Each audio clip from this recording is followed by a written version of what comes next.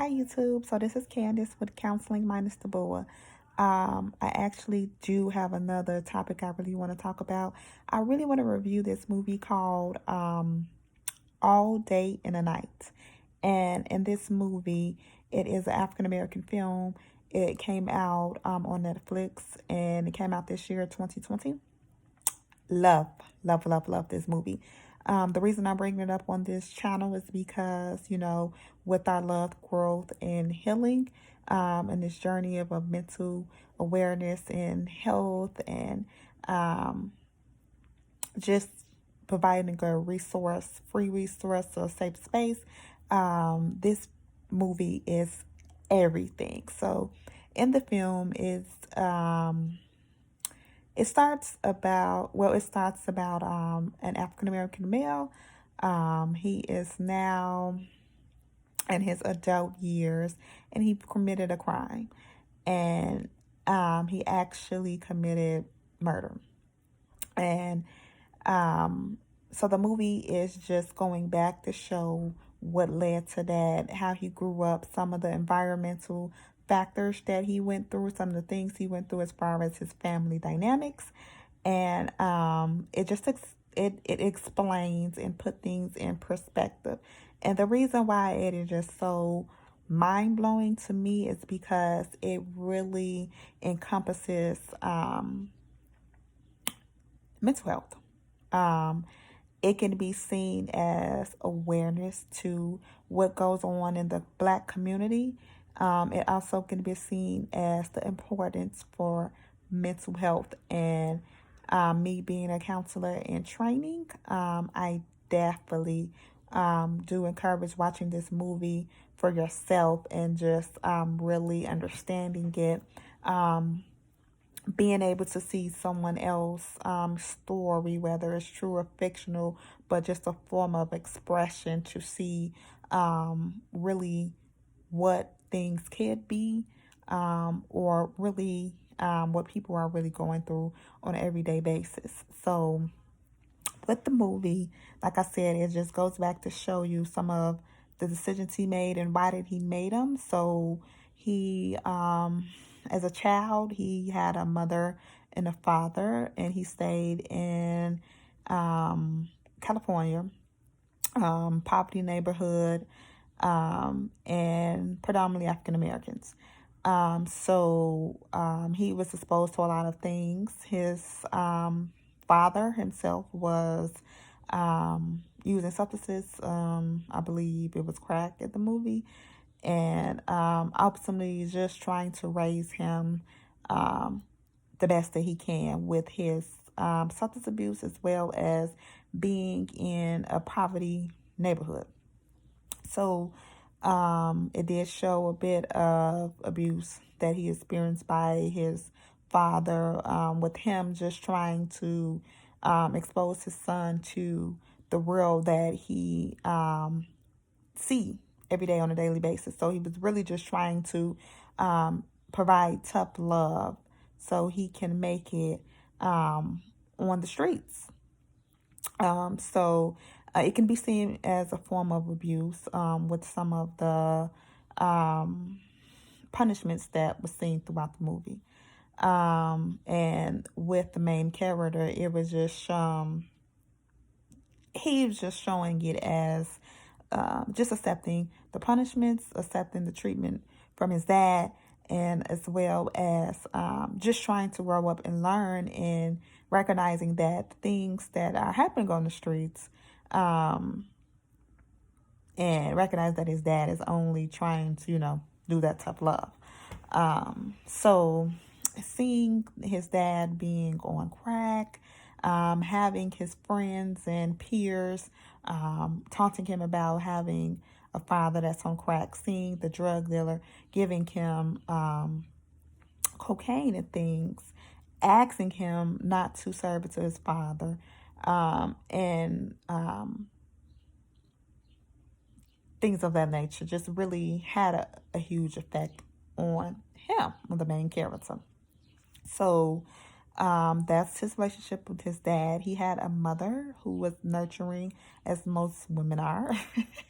Very nurturing mother, wanting the best for her son, wanting him to go to school and do good in school, but also recognizing that the school he's in was restricted with resources, not having enough textbooks, not having up-to-date textbooks, having too many students in one class, not really having a teacher that is really truly trying to make a difference in the children's lives. And it could have been a caseload or whatever it is, but just not having the right resources as well. So having that nurturing mother that just want her son to be better than his dad, to get good grades.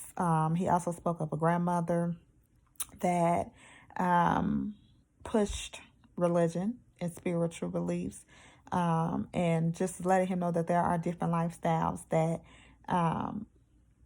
is outside of the community that he see every single day. He also had a very close friend that did take a different route.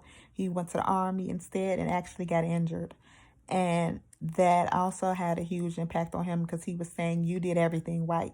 Like, I'm out here and I'm robbing people, or I'm living in this neighborhood where I'm seeing crimes and murders on a daily basis. I'm exposed to this. I'm dealing with PTSD, post-traumatic stress disorder.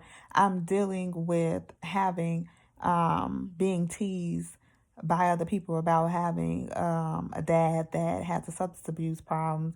I'm going through my own abuse at home and trying to keep it together, not talking to anybody about it, and just really wanting to do the right thing, but just in the wrong, having all the wrong circumstances. He began working at a shoe store. Once he met his girlfriend, fell in love, and got her pregnant, and he wanted to be present for his child. So he got a job, and he did not want to do it the illegal way, so he really wanted to do it the right way. And realizing that would not be enough to fund his family. So he actually did that, and then as well as working in a neighborhood that he's seen different perspectives as far as how African Americans are not seen in the best light by other cultures, just due to ignorance. So he also had to go to work and deal with that of profiling and being pulled over by the police, and having customers asking, what are you doing, in this neighborhood, in this store, who work at the store, and not believing him. So he really, really, really had a lot on his plate. And it's not to say that most people don't, because most people do. So it's always good to be mindful that others really have a long walk, a long journey, not to be judgmental, and just really being empathetic about, because you just never really know what people are truly going through, whether they're sharing it with others, whether they're sharing it with you, or they're bottling it in. In this case, bottling it in. There was one moment where he decided to make a life changing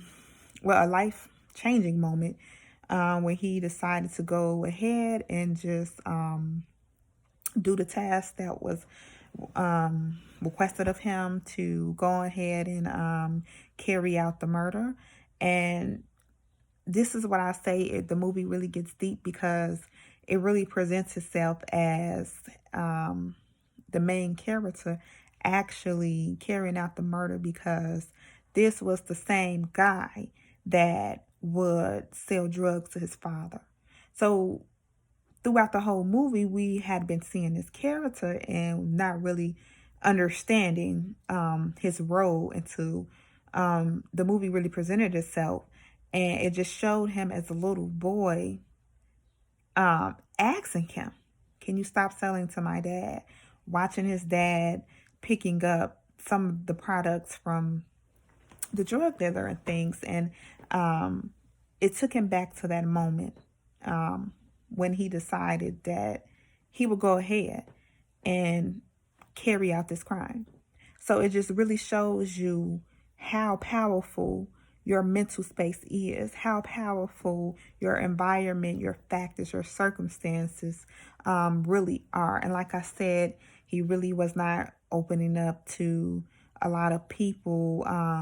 It showed him in a car before making this decision, crying, just really feeling stagnant in his condition, environment, and mentally feeling stagnant. So yeah, pretty much bottled up.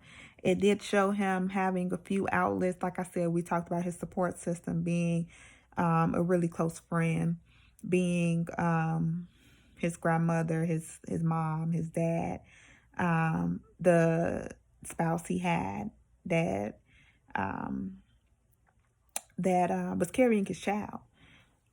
So yeah, and then he also used music as an outlet. He was very talented with rapping. So he created music, and ultimately he wanted to have someone recognize him for his talent. But things did not present that way. And I just really can't can't get past this movie. It's just really powerful. If you do have the time on Netflix, definitely check it out. Check it out. It's it will put you in a different mind state and just remind you to be empathetic. You never know what people are going through. Um, Remain non-judgmental. Some of the choices that people make in life, it's yes, yes, yes, yes. You can control yourself, and that's it. And I do push self-control, but also, just being mindful that you are not walking in other people's shoes, and don't know what they're battling. So just be nice. Just be nice to people. And also to bring awareness to mental health, especially in the Black community, on a serious note, to communicate, to use your support system, to know that there are other routes to take besides feeling stagnant and being a product of your environment. There are two things. There are two things. Growing up in these neighborhoods and these environments and being exposed to so much so young and having to process it, there's two things you can do. You can become your environment, or two, be resilient, meaning you're overcoming. You're doing everything in your power to change what you see. And I'm not saying, oh, let's go move out the hood and let's run away as far as I can. But if you do need to move for your safety, for your peace of mind, so be it. And it's not looking to say that you're running from the hood, or that you're being the Uncle Tom or anything of that. But like I said, self-care is for you, for your mental health, for your safety, for your physical safety, for your hope, your dreams, your goals, and just having hope there, that hope, having faith, spirituality, if you are spiritual, having your family and your friends and your support system, to know that there are other choices and resources, just asking for help, accepting the help, and using your resources. Use them. Use them. They're out there. They are out there. So yeah, I really, really do have the biggest urgency to have everyone check out that movie. It's really powerful, and you're going to love it. And feel free to comment below. Tell me what you think, and you'll see me next time. See you next time. Please like, share, and subscribe. See you later. Bye-bye.